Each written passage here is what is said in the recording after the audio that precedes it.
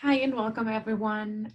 If you are a language teacher, you are probably faced with different standards, curriculum writing. You might have also heard something about can-do statements. And I just briefly want to guide you through this. Here in the US especially, you guys are probably very familiar with the Common Core State Standards. And I just want to go over what is the difference between a standard and a curriculum, and then how do these can-do statements play into this. So a standard is a learning goal of what students should know and what they should be able to do at each grade level for each subject. The standards, however, are not a curriculum. They only define the learning goals and what a student should know at a certain level. A curriculum, on the other hand, is probably developed by all of you together, a team of teachers, schools, an entire language team, for example. They lay out how we are ensuring that these students learn the material.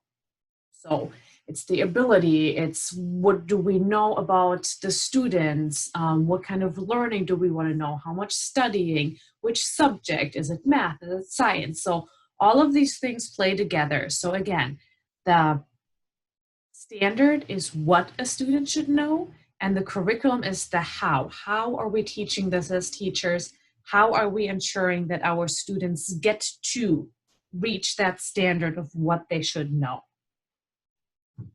Briefly, the CEFR, that's where these can-do statements come from. The CEFR is the Common European Framework of Reference for Languages, Learning, Teaching, and Assessment, often just called CEFR or Common European Framework.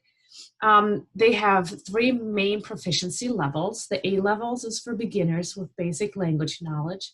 B levels are for independent users of the language, and then the C levels are the advanced language users.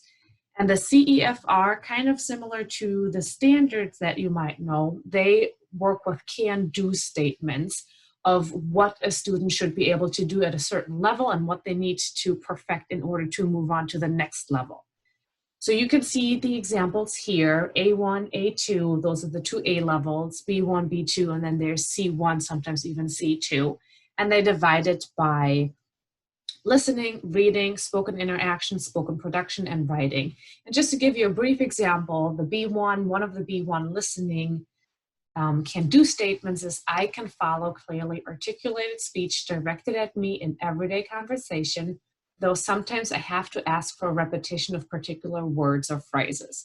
So you can see that there's a difference probably between what an A1 student would be able to do, that they would recognize familiar words, and then at a C level, you would understand extended speech and not have to clarify much anymore.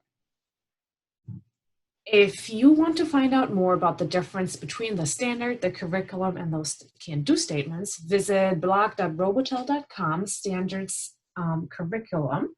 You can also click on the link here. So there you can read the full article, and you can also explore other articles, for example, on debates and how to use debates in a classroom. What are the different language proficiency tests, kinesthetic activities, and many, many more. I hope you enjoy this, and feel free to leave me a comment.